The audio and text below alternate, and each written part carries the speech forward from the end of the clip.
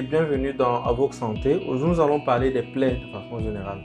Maintenant, il faut savoir que dans les plaies, nous avons des plaies aiguës et des plaies chroniques. Une plaie aiguë, c'est une plaie qui se produit du fait d'un traumatisme immédiat. Donc, vous pouvez être chez vous et puis vous avez le couteau qui va vous couper une lame, un morceau de verre qui va entraîner une solution de continuité au niveau de la peau. Et la gravité s'évalue en fonction de la profondeur. Les plaies profondes sont celles qui vont aller jusqu'aux muscles. Donc, pour ceux qui ont déjà vu des plaies qui sont par exemple dues à des lames, pour ceux qui sont déjà fait agresser, vous voyez comment la peau va s'ouvrir entièrement et ça peut aller jusqu'au niveau du muscle. Ça, c'est une plaie profonde. Ça, c'est des plaies qui sont dites aiguës. Maintenant, à côté des plaies aiguës, vous avez des plaies chroniques qui peuvent être dues à différentes pathologies.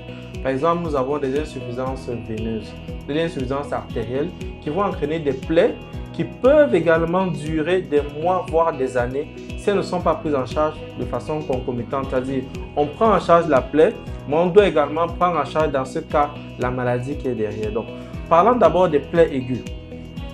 Lorsque vous êtes blessé, par exemple, comment est-ce que vous reconnaissez? Forcément, c'est parce que le sang se met à couler.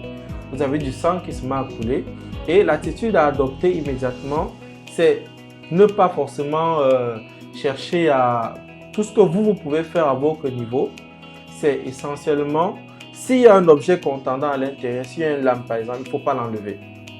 D'abord, parce que cette lame qui est là joue également un rôle compressif sur les vaisseaux. Si vous l'enlevez, que ça se met à gicler, vous n'allez pas savoir quoi faire. Donc, dans le cas où il y a une lame ou un objet contendant à l'intérieur, vous n'y touchez pas. Vous couvrez juste avec un tissu propre et vous amenez la personne à l'hôpital. Dans le cas où il n'y a pas d'objet tranchant à l'intérieur, ce que vous pouvez faire éventuellement, c'est de mettre un tissu propre et d'exercer une légère pression dessus. L'objectif, c'est que grâce à l'action mécanique que vous exercez sur les vaisseaux qui sont coupés, parce qu'en fait, c'est un tuyau qui s'est rompu, grâce à cette action mécanique, vous pouvez limiter le saignement et favoriser la coagulation. Donc, le temps que la personne arrive, la compression que vous exercez va permettre de limiter ou de stopper même dans certains cas le saignement. Vous avez des cas extrêmes, je dis vraiment des cas extrêmes, où vous êtes devant, par exemple, face à une personne qui a fait un accident de la voie publique et que voilà, vous vous rendez compte qu'il y a du sang qui gicle abondamment, par exemple, de son membre inférieur.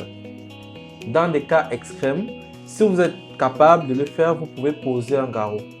C'est véritablement si vous sentez que cette personne se vide à une vitesse qui est trop avancée et que la compression ne peut pas marcher, la compression ne marche pas, vous pouvez éventuellement poser un garrot. Au pire des cas, cette personne-là perdra sa jambe parce qu'il faut le savoir, le fait qu'on fasse un garrot, ça bloque la circulation.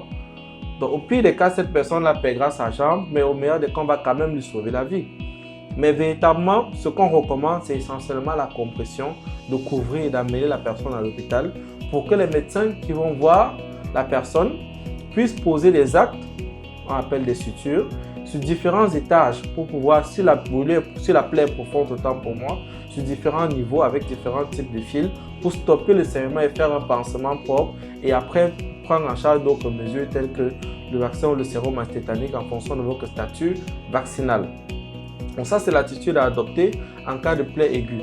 Maintenant, dans les cas des plaies chroniques, souvent vous avez des personnes qui vont vous dire, moi franchement, j'avais juste un petit bouton et ça a commencé comme ça. Maintenant, ça a pris toute la jambe et ça ne finit pas. Beaucoup vont dire, oui, tu as traversé les remèdes et vous allez faire 5 ans, 10 ans de tradipraticien en tradipraticien pendant que le problème est assez simple. Parmi les causes des plaies chroniques, vous avez des insuffisances veineuses où les plaies vont principalement sortir au niveau des malléoles, donc à l'extérieur de la jambe. Maintenant, vous avez des insuffisances artérielles aussi qui peuvent donner des plaies et ces plaies-là vont plutôt sortir sur la face avant de la jambe.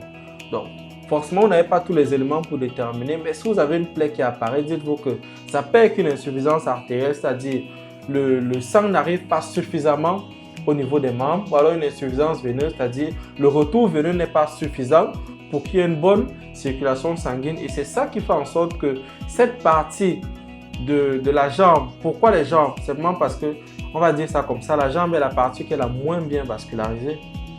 C'est elle qui reçoit le moins de sang dans l'organisme. Si on considère que le sang part du cœur, quelle est la partie la plus éloignée du cœur? C'est la jambe.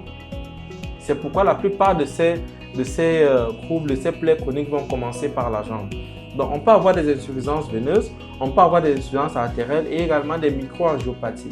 Les microangiopathies, comme dans le cas par exemple des diabétiques. Les diabétiques, lorsque leur diabète n'est pas équilibré, il y aura des problèmes au niveau des micro-vaisseaux qui vont faire en sorte que les parties externes, les orteils qui sont véritablement le bout de l'organisme, ne reçoivent pas assez de sang et vont commencer à nécroser. Donc, quand vous êtes dans le cas des plaies chroniques, que ce soit un diabète, que ce soit une insuffisance veineuse, que ce soit une insuffisance artérielle, vous comprenez avec moi que si vous commencez à traiter uniquement la plaie, à faire des pansements tous les jours, vous ne soignez rien. On doit à la fois traiter la plaie, mais également traiter la maladie sous-jacente. On doit vous mettre un traitement pour l'insuffisance veineuse. On doit vous mettre un traitement pour l'insuffisance artérielle qui parfois peut aller jusqu'à une opération pour rétablir le réseau artériel.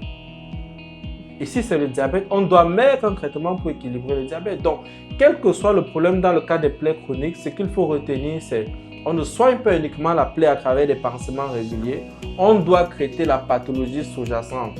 Sinon, on n'aura pas de solution continue à vos plaies qui persistent. Donc, j'espère que vous aurez retenu ce qu'il y a retenu sur les plaies chroniques et en cas de besoin, vous pourrez suivre nos prochaines émissions. Merci.